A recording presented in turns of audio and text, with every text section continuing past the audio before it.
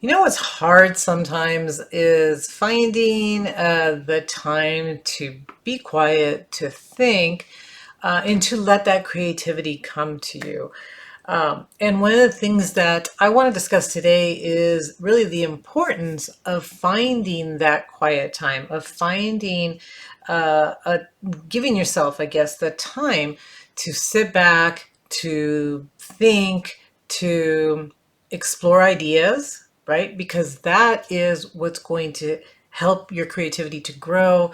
It helps intuition to become more, to noticeable and active. So let's talk about that today. Are you giving yourself enough time? Do you have any quiet time built into your schedule? And how can you do that so that you can be more creative and create a better story? You have a story to tell, but you don't know where to start. Let me show you how to free your story. I teach you how to write and how to dig deep in your soul to release your story and make a difference in the world. Welcome to the Julia Monte channel. If we're just meeting, I am Julia Monte. I'm a women's fiction author, and I am here on Fridays to talk to you about writing, which is obviously my favorite topic, writing stories, writing novels. So let's get started. The first thing I want to say is that your mind is amazing. It can find a solution to pretty much any problem. It can also create problems for every solution, right?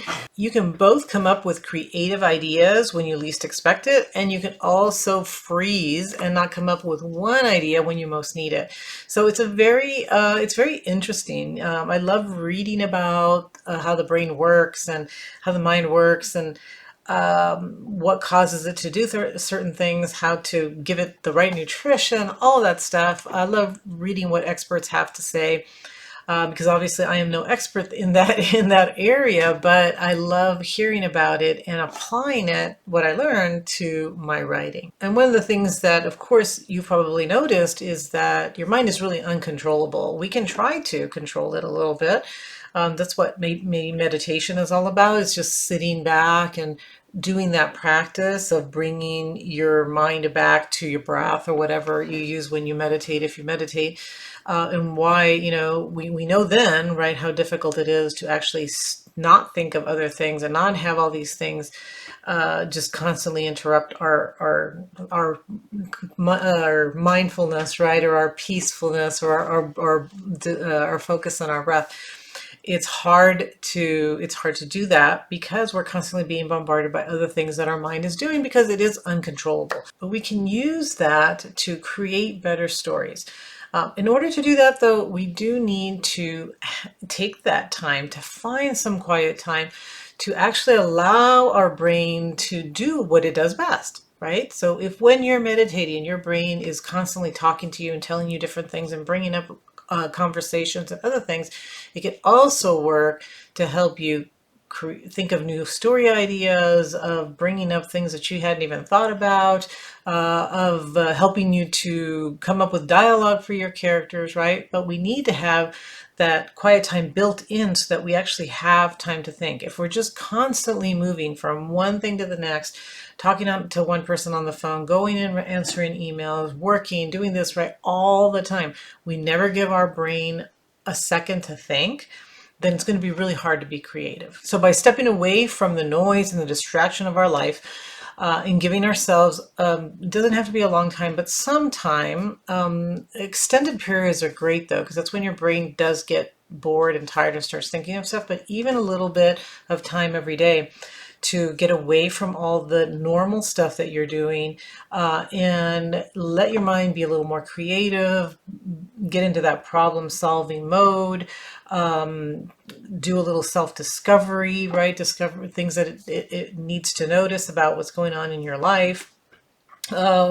Maybe give it some, just the possibility of getting some insights and getting some thoughts about your story. And there's honestly lots of good places to do this. One could be in a meditative state in your room, in your bedroom, in your living room somewhere, right? But it can also be sometimes having some kind of active, repetitive action, movement can help your brain to get into that mode, right? So you might go on long walks. You might just do some gardening. About 3 times a week, I go to the pool and I go swimming, and that really helps me. Why? Because it's so repetitive. First of all, there's nothing for me to do except swim.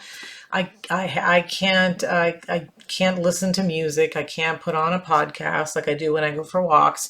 All I do is that repetitive, right? Of the, left stroke, right stroke, left stroke, right stroke, back and forth, back and forth, back and forth, back and forth, right? What is that doing? It's putting my mind into this repetitive mode. There's nothing else for it to do except to think of things. Now, sometimes it thinks of ridiculous things like, oh, I should have said this in this, to this person, or, oh, think of silly things that really don't matter. But sometimes I make it focus, right? So I think, okay, I'm working on this scene. What can I do? And I just keep thinking about it, keep thinking about it, keep thinking about it as I'm swimming. Because that gives me that quiet time. All I'm hearing is my own mind, my own thoughts, and just the water, right? The splashes of the water, which is very, very nice. So for me, this is a really important part of my routine because it helps me to have that creative, that time for my mind to be creative and to think of whatever I want it to think about. Again, it's not easily controlled. It still thinks goes off into tangents. I could start at one side of the pool and then at the other side of the pool, and I thought I was thinking about my story, and all of a sudden I'm thinking about what I need to buy dog food, right? So it's not always controllable, but it does help that at least I give it that time to be able to think. I also find it interesting that in that same pool, there's a lady that is there every once in a while, and she has put her phone into this like waterproof bag. And she doesn't swim, she just walks back and forth. And she always has the music going. She has music going. And even when she goes into the shower, she has the music going. And when she's in the locker room changing, she has that music going. And one of the thoughts that I had was, does this woman never experience silence? Like, does she ever not have listened to something?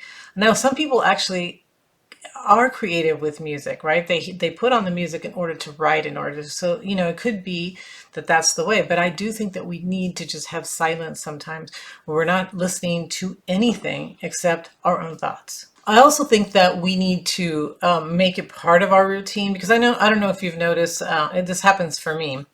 Like, let's say I go on vacation. So I just did recently, it wasn't really a vacation. I went to a writers conference out in South Dakota, and but I was away from my work. So I'd finished doing what I was doing for my work. I was gone for 2, 3 weeks. I came back. And as I came back to my desk and to start working, it took me a while to get refocused, to kind of think about, okay, what is it that I was saying? What was it that I was doing? It takes a while. So if you can do this, have some of that quiet time, that thinking time, that time for your mind to process your story, at least once a week, or, more than that if you can, just to give yourself that space where you are able to think about your story. Because that's what creativity wants and actually demands. And it demands for you to spend some time doing nothing. Now let's talk about how to think, okay? So this is, even though it's similar to meditation, it's not meditation. So meditation is different. So meditation is just to kind of quiet your mind. It's that practice of trying to train your mind, right? Of having that quiet time, of thinking maybe about your body, and just trying to get away from everything, including your writing, including your work. So it's different. What I'm suggesting is that you are actively thinking. So I think it was Stephen King, right, who's mentioned a million times because of his memoir, but I think it was on either in his memoir or somewhere else, where he mentions that he often just sits in his office and he's doing nothing, and that, if his wife comes in, it's like, oh yeah, I'm working. Well, then you're just sitting there thinking, what do you do? I'm working, because you sitting there thinking is working. So you might be sitting in your desk staring off into space. You might be just looking out the windows at the trees swaying. And that is part of your work. So don't feel like, well, I'm just wasting time, or I'm not really writing.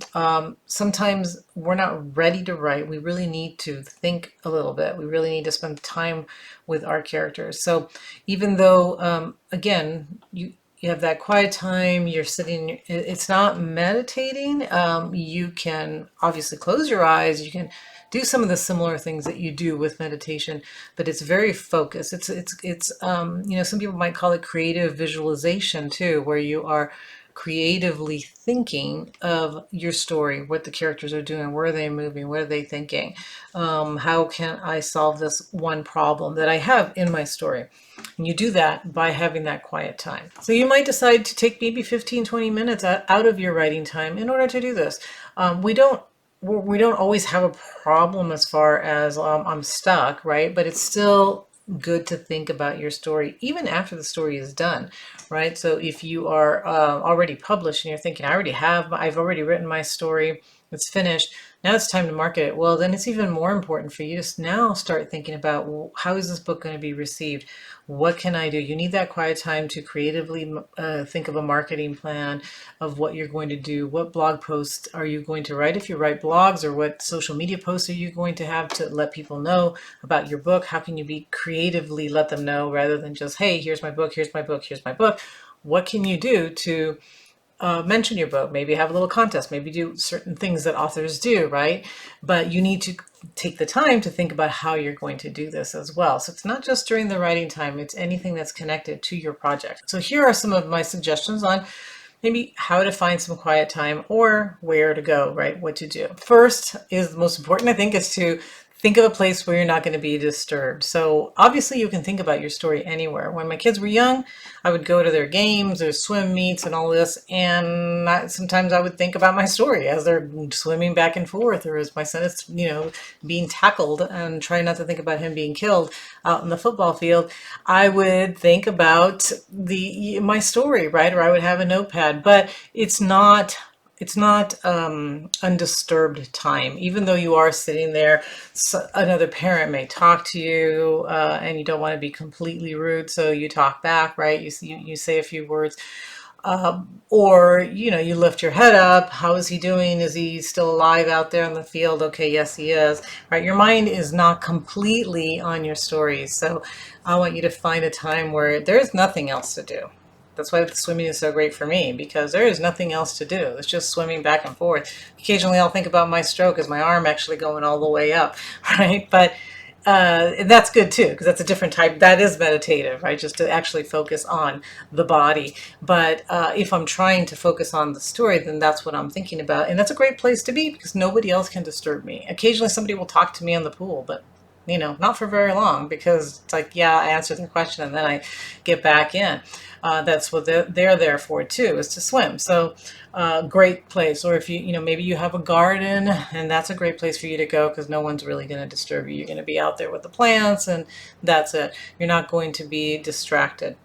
So anything, even washing dishes, if nobody else is around, you have a lot of dishes to wash. It can be a thing where you're just sort of methodically working and you're thinking about your story. So first thing, find a place where you can think, can be quiet for 15, 20 minutes and focus just on your story. The second thing is maybe to find something that is repetitive and physical, and especially for a longer time. So sometimes you want to have a longer period of time where you can really be alone and think. You might decide to go on a 2-hour hike or walk or bike ride, right?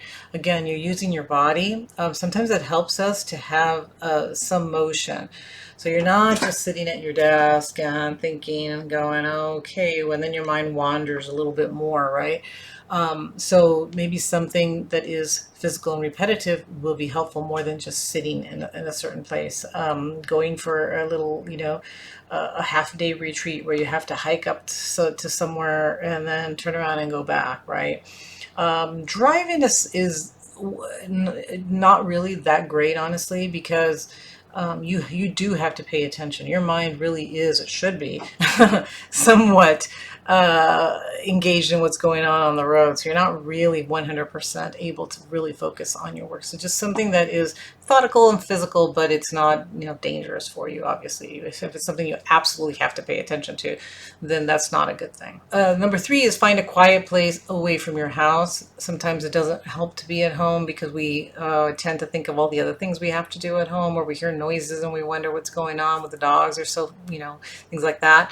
So a coffee shop, even just like going to a mall. So sometimes it's not that it has to be quiet as far as like no noise whatsoever. If you're in a mall and there's just random chatter of people or music that's, not annoying, like not Christmas music, because that can be annoying, or it can be, something that you tend to sing. So, but somewhere away where even the background noise isn't going to bother you. So cafes sometimes work, parks, malls, anywhere where you can get away from your home for a little while. And even if you really can't leave, or it's like, okay, I only have 15, 20 minutes to think, I'm not going to take a half hour to drive to the mall and back, right? You can just go sit in your car even, right? So just getting away from your house can be good enough, your own backyard, as long as you're kind of moving away from your normal place where you can sit and think. The next thing, number 4, suggestions: turn your phone off, because that is the most annoying thing. Those notifications are going off all the time, at least for me. There's reminders of things. There's also new messages you get, or just the temptation of having it close by.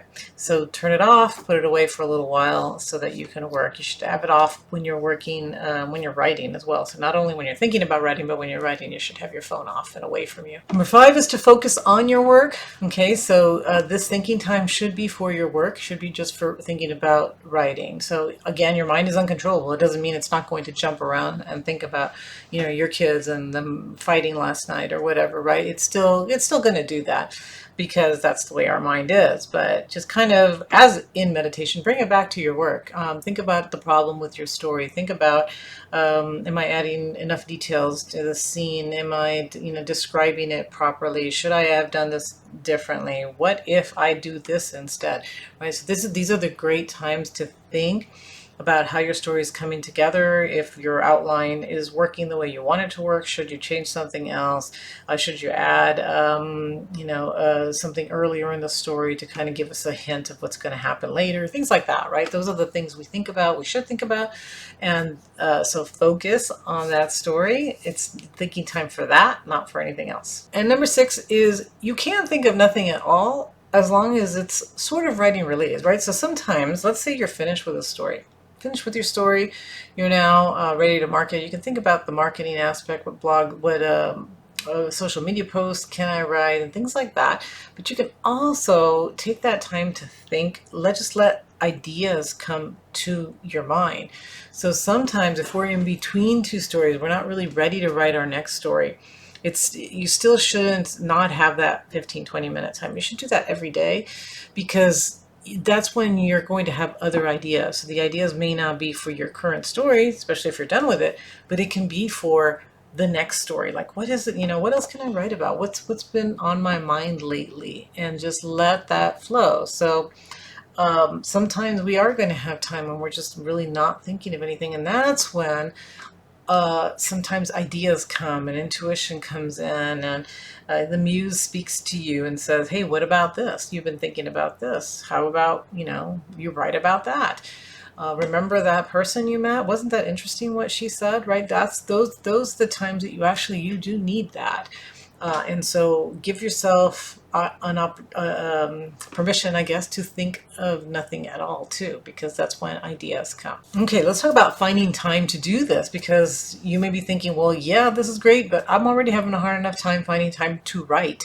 And now you want me to take another 15 or 20 minutes to think. So I'm not suggesting you take additional time. If you can, perfect. But just, again, this is part of your writing time. It's, if you had 30 minutes and you took 10 to 15 minutes just to think about your story before you start writing, it's not wasted time. It is important, because again, sometimes if we don't take the time to actually think, and we're just forcing it, like, okay, I need to write this scene and I need to write this scene because this is what I wrote on my outline. Sometimes you end up with a story that's kind of stilted and it's not good, because you're not really taking the time to deeply think about a story and what things should change and what things should be slightly different. So if whatever time you have, just pull a few minutes of that to think. I give my college students the suggestion when they're going to write like a midterm exam, right? And they're going to have whatever minutes they have. Let's say they have 60 minutes to write. I tell them the same thing. Take 10 minutes before you even put your pen down on, the paper or on your fingers on the keyboard. Take 10 minutes. I tell them to outline a little bit. What is the prompt of the question? What am I asking you? And think about it. How do I feel about this? What do I think about this, question? And write an outline. Basically, this is how I feel. This is an example of what I can use. It's kind of the same thing. I mean, creative writing is different, but it's not so different. We want to think about it. I'm about to write this scene. What do I want to accomplish with the scene? How do I want it to end? What do I want what discoveries are going to be in here, or how is it going to flow? When this next chapter, how does it flow with the last chapter? How am I going to end it so that it flows well with the next? What hooks should I put in there, right? So it does not take away from your writing time to take 10 minutes to think about what you're about to do. Okay, it's valuable. Thinking deeply about your story is part of writing. And I read a book called Deep Work, which is really good because a lot of times we're taught in real life, right, to just do multiple things all the time. I'm going to juggle all this stuff. I'm going to answer my email and I'm going to be doing this at the same time. And sometimes that is not good for us. We want to go deeper to do better work. And same thing here. We want to go deeper into our story to do better work. So if we're taking time to think about it, to really focus on our story, it's going to turn out much better than if we try to rush through it. And lastly, thinking really rejuvenates your mind. It really helps. So having a meditative time is really good, but I would rather, if you had to choose between that and having time to think about your writing, that you use that. You're still going to get the benefits of taking quiet time away to really focus and not think about anything else, because in meditation what you're doing is you're usually focusing on something, the breath, flame, something, right? You're focusing on something and trying to keep your mind there. Well, here you are focusing on a story. So you're still getting, to me, I think I'm still getting the benefits, the health benefits of a meditative state in a way. Sometimes when I'm writing, I feel like I'm in a meditative state. In meditation, you're reminded to read and to, to focus on something. And in, quiet time for writing, same thing. You're focusing on one thing. A long time ago, I read a book where the author was talking about how things had changed. How we, in the old days, we would have actually thinking time built into our life. So we would leave work and we would get in a car or whatever and drive, or we'd take a subway, or we'd walk home, and that would be some quiet time. Or sometimes people would leave work and they'd go to get a cup of coffee, and it'd be, there'd be this in between time between one thing and the next thing and the next thing. And we now take that in between time and we fill it with everything, because the second we get out of work or classroom or whatever, we pick up our phone and all of a sudden we're bombarded with new things. Oh wow, I had to take care of this, and I have to take care of that, and I have to take care of this, and this person needs me, and this person wants me, and you never really get a break. Your mind never gets a break. And so when your brain is constantly bombarded with all these things that you have to do and all these things that are pulling your attention away, you're never thinking about anything, really. You're just putting out fires. You're going from one thing to the next thing to the next thing. So because you don't have that time built in anymore, you need to make that time. And if you're a writer, you really need to make that time to actually think and be creative. Otherwise, you can't be creative. There's no time for any thoughts to form for you to be able to write something that is going to be inspiring to you and other people. So I suggest heavily that you do take some time to do that. And I hope that this has helped you and made you think a little bit about just adding a little bit more peace and quiet into your life. If this has helped, please hit the like and the share button. Hit the notification button so you will be notified the next week when my new video goes up. Thank you very much for supporting my channel. See you next week.